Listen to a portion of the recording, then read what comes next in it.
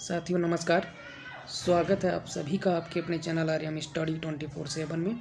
तो साथियों हम लोग पढ़ रहे हैं भारत की अर्थव्यवस्था और जिसके अंतर्गत आज का हमारा तीसरा टॉपिक है मुद्रा और बैंकिंग। तो आज हम लोग मुद्रा और बैंकिंग के बारे में पढ़ेंगे। तो चलिए साथियों बढ़ते हैं आगे। थोड़ा सा कलर चेंज कर लिया जाए आज। चलिए, तो जो भी साथी हमारे चैनल से जुड़े हैं आप सभी का हार्दिक स्वागत, अभिनंदन। तो चलिए साथियों पढ़ते रहिए और हम लोग आगे बढ़ते हैं पहले प्रश्न से। तो पहला प्रश्न है, ग्रेसम का नियम किससे संबंधित है? तो ये मुद्रा के प्रचलन से संबंधित है, ग्रेसम का नियम। तो साथियों आपको याद दिला दूं, हम लोग पढ़ रहे हैं भारत की अर्थव्यवस्था के बारे में, जिसका हमारा टॉपिक है आज का मुद्रा एवं बैंकिंग। तो अगला प्रश्न है हवाला। हवाला क्या है? तो विदेशी मुद्रा विनिमय का अवैध कारोबार जो कि हवाला के नाम से जाना जाता है। अगला प्रश्न है, सरकार द्वारा पुरानी मुद्रा को समाप्त कर नई मुद्रा चलाना कहलाता है। तो ये कहलाता है विमुद्रीकरण। और अगला प्रश्न, वह अवस्था जिसमें मुद्रा का मूल्य गिर जाता है और कीमतें बढ़ जाती हैं तो कहलाती है मुद्रास्फीति। तो काफ़ी महत्वपूर्ण प्रश्न है इसमें। तो आप सभी जो है जुड़े रहें और अपनी तैयारी को धार देते रहिए। और इसी के साथ बढ़ते हैं अगले प्रश्न की ओर। मुद्रास्फीति से बाजार की वस्तुएं महंगी हो जाती हैं।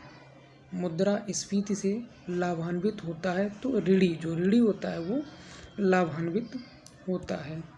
अगला प्रश्न है, घाटे की वित्त व्यवस्था में व्यय और राजस्व का अंतर अतिरिक्त कागजी मुद्रा छापकर पाटते हैं। इस युक्ति का उद्देश्य आर्थिक विकास है, परंतु यदि यह विफल हुई तो इससे कौन सी स्थिति उत्पन्न होती है? तो यही है मुद्रास्फीति। ठीक है। अगला प्रश्न है, वह वर्ग कौन सा है जिसको मुद्रास्फीति के कारण सबसे अधिक हानि होती है? तो ये होता है लेनदार। ठीक है, जिसको सबसे ज़्यादा हानि होती है। और अगला प्रश्न है, भारत में सर्वप्रथम पत्र मुद्रा का चलन कब प्रारंभ हुआ? तो ये 1806 ईस्वी में जो है सबसे पहले भारत में पत्र मुद्रा चलन का प्रारंभ माना जाता है। आगे बढ़ते हैं अगले प्रश्न की ओर। तो अगला प्रश्न है, भारत की विदेशी मुद्रा का सर्वाधिक भाग खर्च होता है। तो सर्वाधिक भाग जो है पेट्रोलियम के आयात पर जो है खर्च होता है। भारत में मुद्रास्फीति मापी जाती है तो ये थोक मूल्य सूचकांक के द्वारा जो है मापी जाती है। अगला प्रश्न देखिए, तो मुद्रास्फीति की शून्य दर उस वर्ष में अवश्य मानी जाती है जब वर्ष के प्रत्येक सप्ताह में मुद्रास्फीति की वार्षिक दर शून्य हो। ठीक है, तो काफ़ी सारी जानकारी यहाँ पर आपको देखने को मिलेगी और मिल भी रही है मुद्रास्फीति से भी, है ना। तो अगला है, मुद्रास्फीति को स्थायी रूप से किस प्रकार नियंत्रित किया जा सकता है? तो ये है मुद्रा आपूर्ति की वृद्धि पर नियंत्रण करके। ठीक है, और इसी के साथ आगे बढ़ते हैं। और अगला प्रश्न है, भारतीय मुद्रा को पूर्ण परिवर्तनीय बनाया गया। तो ये 1993 से 94 के केंद्रीय बजट में जो है पूर्ण परिवर्तनीय बनाया गया। और अगला है, गिल्ट एंड बाजार किससे संबंधित है? तो ये सोना चांदी और जो सराफा बाजार होता है उससे संबंधित है आपका गिल्ट एंड बाजार। और अगला प्रश्न है इसी के साथ काफ़ी महत्वपूर्ण, भारतीय रिजर्व बैंक है। तो भारतीय रिजर्व बैंक जिसे RBI कहते हैं, तो ये आपका केंद्रीय बैंक है, जिसे बैंकों का बैंक भी कहा जाता है। अगला प्रश्न है, भारत का सबसे बड़ा बैंक। तो यही आपका भारतीय रिजर्व बैंक, जिसे रिजर्व बैंक ऑफ इंडिया के नाम से जानते हैं। भारत में किसे बैंकों का बैंक, देखिए यही प्रश्न हम अभी बता रहे थे। तो कहा जाता है किसे? भारतीय रिजर्व बैंक को। बैंक की नई शाखाएं खोलने के लाइसेंस जो है किसके द्वारा दिए जाते हैं? इनके कहने का मतलब ये है, तो ये RBI यानी रिजर्व बैंक ऑफ इंडिया, भारतीय रिजर्व बैंक के द्वारा जो है लाइसेंस दिया जाता है। अगला है, आरबीआई का मुख्यालय कहाँ स्थित है? तो आरबीआई का मुख्यालय मुंबई में स्थित है। और अगला प्रश्न है, भारत में करेंसी नोट जारी करता है? तो ये भी जो है भारतीय रिजर्व बैंक है। और अगला प्रश्न है, भारतीय रिजर्व बैंक का लेखा वर्ष होता है? तो ये जुलाई से जून।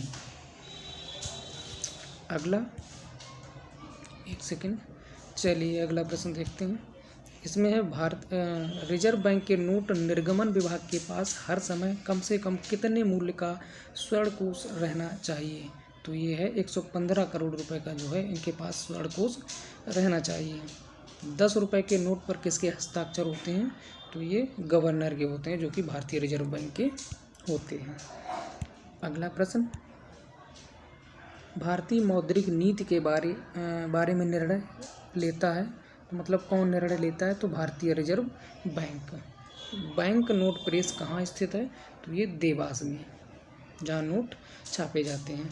अगला है, भारत में 20 रुपये एवं इससे उच्च मूल्य वर्ग के नोटों की छपाई किस प्रेस में होता है? तो करेंसी नोट प्रेस, देवास। और अगला महत्वपूर्ण प्रश्न है, भारत का सबसे बड़ा व्यावसायिक बैंक? तो आपका भारतीय स्टेट बैंक, जो कि व्यावसायिक बैंक के नाम से भी जानते हैं। अगला है, सार्वजनिक क्षेत्र के वाणिज्यिक बैंकों की सर्वाधिक शाखाएं किस राज्य में हैं? तो ये उत्तर प्रदेश में है। पंजाब नेशनल बैंक, ये एक आपका राष्ट्रीयकृत बैंक है। आगे बढ़ते हैं, किस देश में भारतीय बैंकों की सर्वाधिक शाखाएं कार्यरत हैं? तो ये यूके में हैं। भारत में सर्वाधिक शाखाएं किस विदेशी बैंक की हैं? तो ये आपकी स्टैंडर्ड चार्टर्ड बैंक। और अगला है, भारतीय स्टेट बैंक द्वारा देश में पहला तैरता हुआ एटीएम कहाँ स्थापित किया गया? तो ये कोच्चि में स्थापित किया गया पहला तैरता हुआ एटीएम। अगला है, ग्रामीण विकास के लिए ऋण प्रदान करने वाला नाबार्ड है? तो नाबार्ड एक बैंक है, ठीक है, जो कि ऋण प्रदान करता है। अगला, राष्ट्रीय कृषि एवं ग्रामीण विकास बैंक की स्थापना किस पंचवर्षीय योजना अवधि में की गई थी? तो ये जो है छठी पंचवर्षीय योजना के अंतर्गत जो है उसी दौरान की गई थी। अगला है, भारत में नए निजी बैंकों की स्थापना के लिए कितनी न्यूनतम चुकता पूंजी होना आवश्यक है? तो 200 करोड़ की जो है चुकता पूंजी होना आवश्यक है। इसके बाद भारतीय यूनिट ट्रस्ट यूटीआई की स्थापना किस वर्ष की गई थी? काफ़ी महत्वपूर्ण प्रश्न। तो यूटीआई की स्थापना जो है 1964 ईस्वी में की गई थी। भारत की सबसे बड़ी म्यूचुअल फंड संस्था, तो ये आपकी यूटीआई जो है। अगला प्रश्न है, भारतीय जीवन बीमा निगम यानी जिसे एलआईसी के नाम से जानते हैं, तो एलआईसी की स्थापना किस वर्ष की गई थी? तो एलआईसी की स्थापना जो है 1956 ईस्वी में की गई थी। अगला प्रश्न, चलिए देखते हैं अगला प्रश्न। इसमें कहा गया है, भारत में स्टॉक एक्सचेंजों का नियमन करने वाली बॉडी है? तो ये सेबी है। भारतीय प्रतिभूति एवं विनिमय बोर्ड की स्थापना कब की गई? तो ये आपका 1988 में। भारतीय प्रतिभूति एवं विनिमय बोर्ड को वैधानिक दर्जा प्रदान किया गया, तो ये 30 अप्रैल 1992 में किया गया। अगला प्रश्न है, शेयर बाजार पर प्रभावशील चलिए फिर से पढ़ते हैं, एक सेकंड। हाँ, अब चलिए। तो शेयर बाजार पर प्रभावशाली नियंत्रण किसके द्वारा रखा जाता है? तो सेबी के द्वारा रखा जाता है। भारत में मान्यता प्राप्त स्टॉक एक्सचेंजों की संख्या कितनी है? तो ये 24 है। पूरे भारत की बात हो रही है यहाँ पे। अगला प्रश्न है, भारत का सबसे पुराना स्टॉक एक्सचेंज है? तो बम्बई स्टॉक एक्सचेंज, जो कि भारत का सबसे पुराना स्टॉक एक्सचेंज माना जाता है।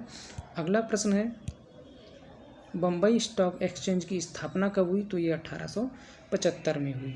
अगला है, दलाल स्ट्रीट कहाँ स्थित है? तो ये मुंबई में है। और अगला प्रश्न है, कौन सा भारतीय बैंक भारत में 1 लाख करोड़ रुपए के बाजार पूंजीकरण तक पहुंचने वाला पहला बैंक बना है, तो ये आपका SBI bank, state bank of India.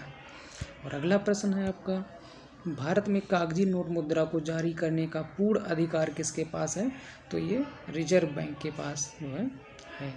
और अगला है, भारतीय रिजर्व बैंक का राष्ट्रीयकरण किया गया था, तो भारतीय रिजर्व बैंक का राष्ट्रीयकरण 1949 ईस्वी में किया गया था। काफ़ी महत्वपूर्ण प्रश्न है। भारतीय रिजर्व बैंक का राष्ट्रीयकरण 1949 में किया गया था। और अगला प्रश्न है, भारतीय रिजर्व बैंक की खुला बाजार कार्यवाही का अर्थ क्रय और विक्रय, तो ये सरकारी बॉन्डों का है, ठीक है। और अगला प्रश्न है, सस्ती मुद्रा का अर्थ, तो ये है ब्याज की कम दर। अगला प्रश्न है, IMF के नियमों के अनुसार हर सदस्य को अपनी वैध मुद्रा का सममूल्य घोषित करना होता है अमेरिकी डॉलर के रूप में और पाउंड स्टर्लिंग के रूप में। अगला प्रश्न है, यदि धन मुद्रा बहुत अधिक हो और माल अथवा बहुत कम माल वस्तु, एक सेकंड फिर से पढ़ते हैं इसे, क्या है, यदि धन बहुत अधिक हो और माल अथवा वस्तु बहुत कम हो तो वह स्थिति होती है मुद्रास्फीति, चूँकि ऊपर मुद्रास्फीति हम लोग पढ़ चुके हैं। अगला है, बैंक दर में परिवर्तन से प्रभावित होता है, तो ब्याज की बाजार दर। अगला प्रश्न है, बैंक दर ब्याज की वह दर है जिस पर केंद्रीय बैंक वाणिज्यिक बैंकों को ऋण भरते हैं। अगला प्रश्न है, जिस विदेशी मुद्रा में शीघ्र देशांतरण की प्रवृत्ति हो उसे कहते हैं, तो उसे गर्म मुद्रा कहते हैं। वित्तीय सुधारों पर नरसिम्हन समिति 1991 ने स्थापित करने का सुझाव दिया था, तो ये बैंकिंग संरचना का 4 स्तरीय अधिक्रम ये दिया था। और अगला प्रश्न है, सरकार अर्थोपाय ऋण लेती है, तो ये RBI से लेती है। और अगला है, वास्तविक मजदूरी यानी वेतन का प्रमुख निर्धारक माना जाता है, तो ये मुद्रा की क्रय शक्ति। अगला प्रश्न है, भारत में राष्ट्रीय आवास बैंक किसकी एक पूर्ण स्वामित्व वाली समानुषंगी के रूप में स्थापित हुआ, तो ये आपका भारतीय रिजर्व बैंक।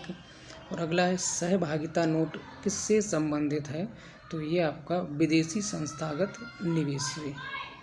अगला है, MCX क्या है, तो ये स्टॉक एक्सचेंज है। अगला प्रश्न है, स्वतंत्र भारत की अर्थव्यवस्था के संदर्भ में कौन सी एक सर्वप्रथम घटित होने वाली घटना थी, तो बैंकिंग रेगुलेशन एक्ट अधिनियम, ये जो है सर्वप्रथम घटित होने वाली पहली घटना थी। और अगला है, वह कौन सा बैंक है जिसने कृषकों के पास आसानी से पहुंचने के लिए किसान क्लब बनाए, तो ये क्षेत्रीय ग्रामीण बैंक है, ठीक है। इसके बाद आता है आपका अगला प्रश्न, भारत में रुपए का अवमूल्यन पहली बार किस वर्ष किया गया था, तो 1949 में किया गया था। और इसी वर्ष RBI की जो है का राष्ट्रीयकरण भी हुआ था। अगला प्रश्न है, नई मुद्रा यूरो किस वर्ष में प्रारंभ की गई, तो ये 1999 में की गई। तो साथियों हम लोग ऐसा करते हैं, आज के लिए इतना ही पढ़ते हैं, टॉपिक काफ़ी बड़ा है, तो बाकी का जो है हम लोग कल के वीडियो में कवर करेंगे। तब तक के लिए इतना पढ़िए, इसके बाद इसके ऑब्जेक्टिव प्रश्न आएंगे उनको कल करेंगे। चलिए चलते हैं, फिर मिलते हैं कल अगले वीडियो में। तब तक के लिए नमस्कार, जय हिंद, जय भारत।